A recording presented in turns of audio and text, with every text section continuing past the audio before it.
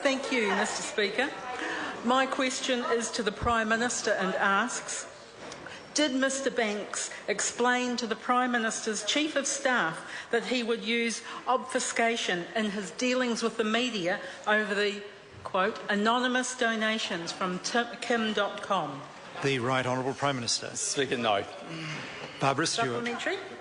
What did his Chief of Staff ask Mr Banks about the .com and Sky City donations, bearing in mind that Mr Banks was not being, quote, absolutely upfront in all his dealings?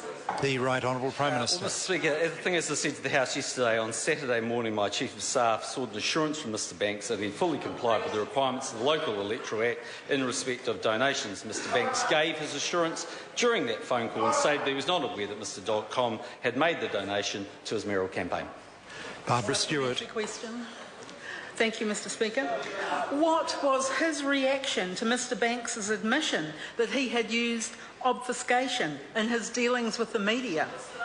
The Right Honourable Prime Minister. Mr Speaker, the Minister himself has said that he followed legal advice, but in hindsight it may have been better for him just to answer those questions straight away. Dennis O'Rourke. Did John Banks tell the Prime Minister he was obfuscating as a result of legal advice? The Right Honourable Prime Minister. Speaker, no. Supplementary. Dennis O'Rourke. Has the Prime Minister received any other advice or reports indicating that Mr Banks may be obfuscating on other issues dealing with .com, bearing in mind that he had been Toastmaster at .com's birthday party, or did he mistake him for Cameron Slater? The Right Honourable Prime Minister. Mr Speaker, no, but can I make this point to the member? He's a member of New Zealand First. If New Zealand First are that interested in getting answers from Mr Banks, why didn't he just get the boss to ask him while he was sitting on the plane? They look like they're having a nice old time together. The Honourable Trevor Mallard. Order, I've called the Honourable Trevor Mallard. Did John Banks tell him or his office that Mr .com facilitated a discount for personal accommodation for Mr Banks at the Hyatt in Hong Kong while Mr Banks was a minister? And if so, did he or his office ensure that Mr Banks was properly briefed on the requirement to declare that discount on his declaration of pecuniary interests?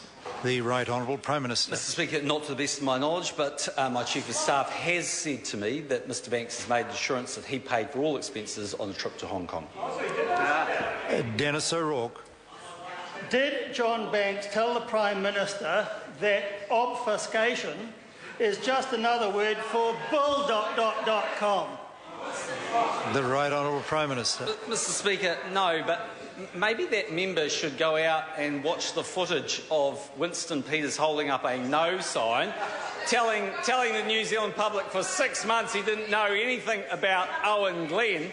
Maybe you should go and look at Winston Peters dealing with the media for 24-odd plus years, and he'll get a great example of what obfuscation is, which is when you don't answer any question, doesn't matter how directly it's asked of you, and doesn't matter how much you need to bend the truth.